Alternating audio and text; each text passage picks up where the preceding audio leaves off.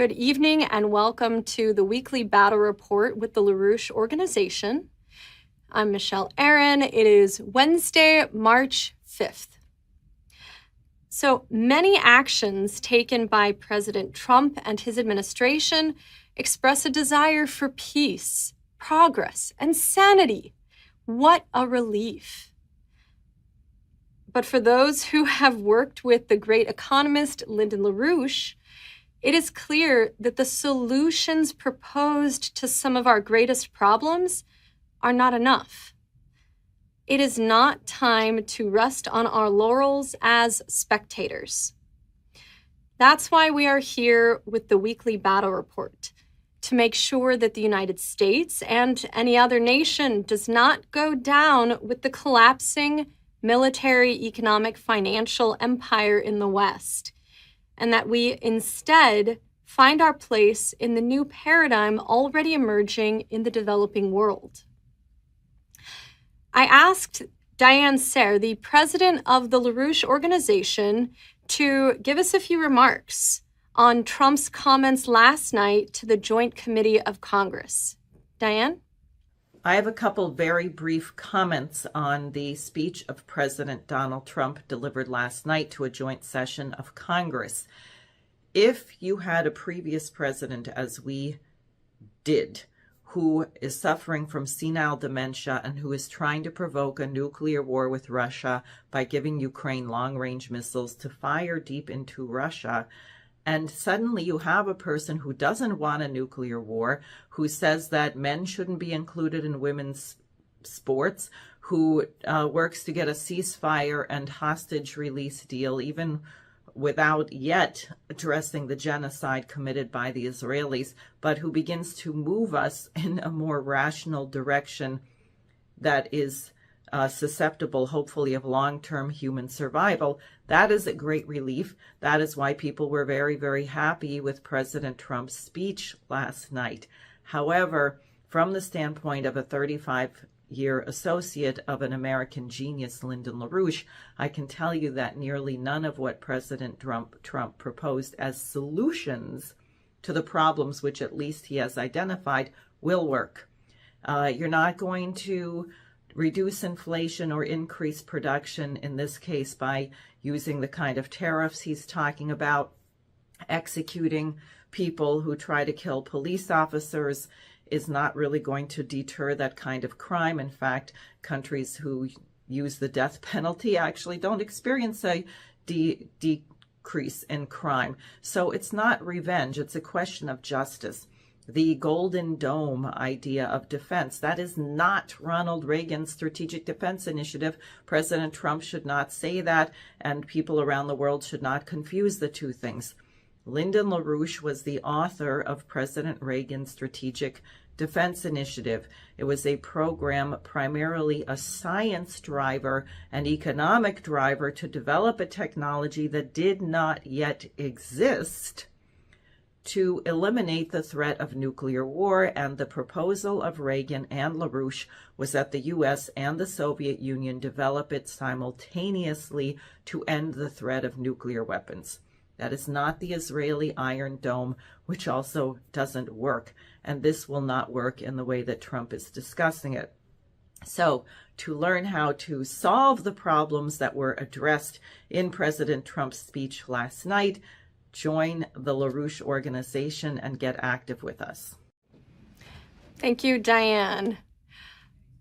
Earlier this week, Harley Schlanger, long-term spokesperson for the LaRouche movement, was asked on to the Garland-Nixon show to help explain to us how the empire got into its present form and how it's collapsing. And now that I see the positions, the geopolitical positions that are being taken by the Macrons and the Starmers, sadly to say, it all makes sense to me. These people are lunatics. The ruling elite of these colonialist, imperialist countries are lunatics. That flowed through my mind. I'm going to throw that out to you, Harley. Can you bring me back to reality? Make some sense out of that. Well, I think you're in reality. The establishment in Europe is not. We're talking about 500 to 600 years of European colonialism. And it was some people think of the empire as maybe 500 or 600 years ago. They don't realize that the greatest extent of the British Empire was in the beginning of the 20th century, that it continued to grow. And to a certain extent, the British Commonwealth represents a remnant of that, which includes the Five Eyes countries of the United States to some extent. But the important thing is that beginning after World War I with the Versailles Conference, the British began to have a sense that they could not continue to sustain a global empire. And they started recruiting the Americans. And this happened at the Versailles Conference. It happened with people like the Harriman networks. The Bush family was part of this. And then again, after World War II, they had the Chatham House operation of British intelligence had created the Council on Foreign Relations in the United States, and recruited mostly New York lawyers, and built a presence in the American establishment, which then became the dominant presence after the assassination of John F. Kennedy. Now, what did the British do? The British were continuing to go around the world triggering wars. So I think, Garland, what we're seeing is the breakdown of a consensus that was built over a long period of time, that it's the European colonial nations that have the power in the world, still to some extent in terms of the control of the economy.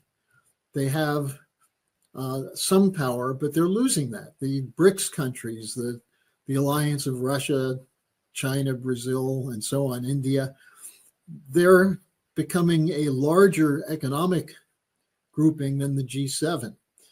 The Shanghai Cooperation Organization, all of these different regional groups are growing, and the growth in Asia is phenomenal. And what are we seeing in the West?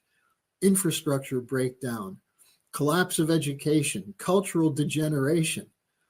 And if you're going to seriously challenge for world leadership, how do you do it if you have a generation of pot smokers who can't find their way around the corner? And that's to some extent where we are. There is hope, because, first of all, there's hope because in the developing sector, there's the spirit of Bandung, the non-aligned movement, the idea that finally we're going to get the colonial yoke off our necks and be able to develop a sovereign nation that will take care of its population. So viewers of this program and with LaRouche know that the LaRouche Organization has been organizing to free up the United States from the special relationship with the British Empire that Harley spoke on. And last week, we produced this special report for America's 250th birthday, Celebrate American Independence, End the U.S.-British Special Relationship. We took that dossier right to Washington, D.C., intervening on the visit of Keir Starmer, the British Prime Minister, to the White House. Let's go now to several reports where in the past week, organizers with LaRouche have been amplifying the reach of this dossier and this perspective with rallies. So first, we're going to go to Midtown Manhattan, where our organizers set up there right in front of the British mission to the United Nations. Hi, this is Art Murphy with the LaRouche Organization. We're here in Midtown Manhattan, near the British mission to the United Nations. And we're getting out this special report, which we're getting out in Washington, D.C. on Wednesday, on defeating the British special relationship with the United States. And the point is that with peace breaking out, the British are really freaking out. And the idea is that we've got to move the American people to remember what the actual fighting principles of the American Revolution really were, and how we can go use Lyndon LaRouche's crucial ideas in terms of rebuilding the economy to free the nation from the thrall of the British Empire, particularly their Wall Street entities, which are dictating policy.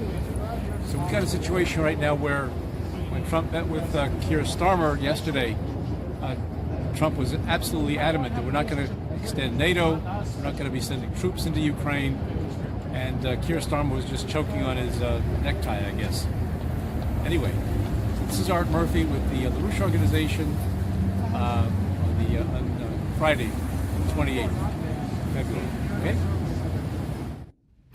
All right, now the banner behind Art there, beautiful banner, says, remember 1776, 1812, and 1861, end the special relationship. And there were a bunch of pictures. On the top were great Americans, Lyndon LaRouche, Ben Franklin, and Abraham Lincoln. And on the bottom were less great figures, the British Prime Minister Keir Starmer and King Charles. Let's go now to Texas, where seasoned activists held a rally in Houston at the British Consulate on the same day as the visit of Keir Starmer to the White House.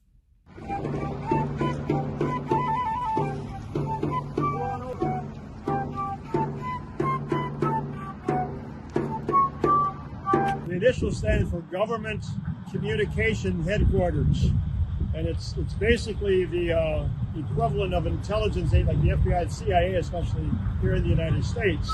Yes. You see with a number of pictures here, we have a real rogues gallery that the American people are becoming more and more familiar with. Some of them they're really quite aware of, people like Soros and others. We now have people saw the transition from, Prince Charlie and now King Charlie. Oh, well, I'll be. He's here today. I think he's with one of his buddies. Hello, King. It's important that you organize rallies like this all around the country. The fact that GCHQ is demanding that Apple unlock its encryption so that British intelligence can spy on every man, woman, and child that uses the internet.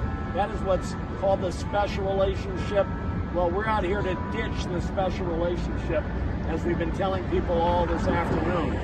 So we'll be back, but thank you. Signing off from Houston, Texas. Bye.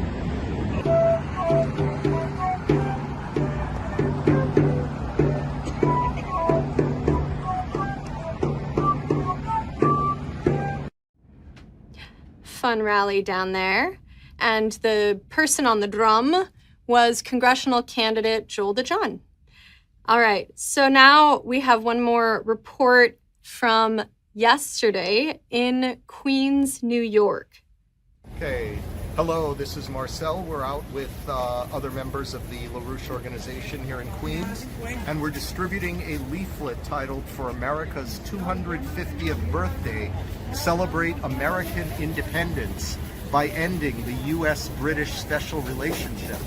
And it's very important, in order to do that the American citizenry knows what the traditional American system is, what the traditional American mission was in breaking from Great Britain in the first place, and that we act to reindustrialize our economy, issue credit for high-level infrastructure projects that will improve the middle class, raise the living standards of people, that will improve our education system, so we go back to a truly human classical cultural education system.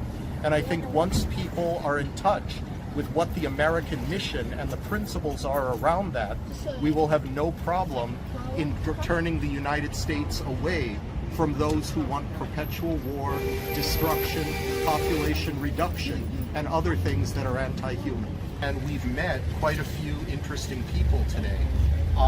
One woman who was walking by at a rather fast clip stopped, and she overheard us having conversations with other people assembled at the table, and said, "I appreciate that you are telling the truth." People, regardless of what the mainstream media will say, are actually looking for things that are real, things that are truthful, and things that people can act upon. Personally, there were a number of young people who came over. One person who has a skill set in welding, who was a former welder before he was laid off, was actually very excited by the fact that we want to start or engage upon, in quick time, the retooling for peace right here on one of our main signs with LaRouche's great projects, building high-speed rail, even maglev trains. So the main thing that we are organizing people around is with the new administration, the situation is completely wide open in all respects, from international global relations, peace between Russia, solving the main problems in Southwest Asia, the Middle East. So I'll end there, but I think it's been very optimistic, very successful, and I hope that this is a sign of things to come. So from Queens, yeah, having a lot of fun. Thank you. Okay, so those were fun reports. Houston, Manhattan, Queens, and getting out the ideas. You can email us at info@LaRoucheOrganization.com if you need some help getting started on your own rallies, your own literature distributions. Download any of our flyers and also the dossier on the special relationship, ending the special relationship, on the website. So let's go to another organizing activity that happened, which is something else that you can do. You can go to your city council and speak in the open comment section. And this is something that Jose Vega, who ran for U.S. Congress in 2024 as an independent candidate with the LaRouche Party, did last week. And they were addressing a particular issue, which some might take as a local issue. Are you going to build a casino in my backyard or not? But as you'll hear from Jose's comments when he speaks to this council, you don't have to just think in local terms. So right now we are going to this high school because there is a meeting going on here with Bronx Community Board 10 as to whether or not to approve a casino being built here in the Bronx.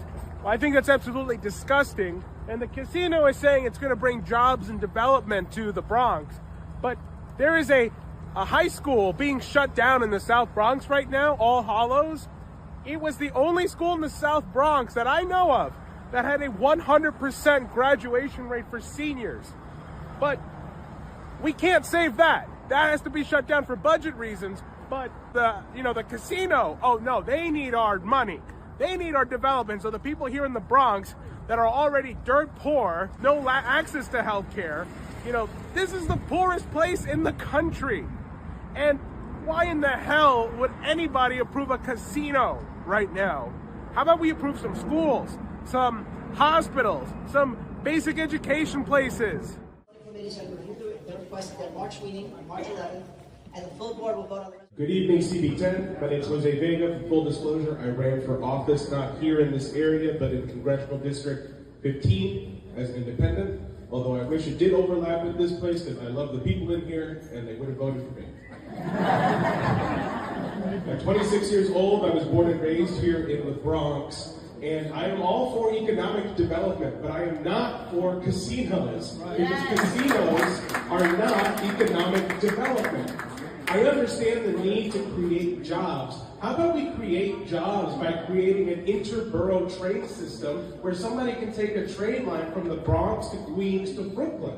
How much traffic congestion will that bring, right? Or how about a cross-Bronx train? Why is it that I can't take a train system from Frog's Neck all the way to Washington Heights, or even underneath the George Washington Bridge? Better yet, instead of making a casino, how about we turn that place into a training center for young people between the ages of 18 and 26 to be engineers, mechanics, welders, so they can build the train systems that we need, rebuild the housing that's collapsing. There's a school called All Hallows School in the South Bronx that is being shut down right now because of lack of funding. And the borough president and the congressman of that area, Richie Torres, shows up crying tears about, we can't fix that, sorry.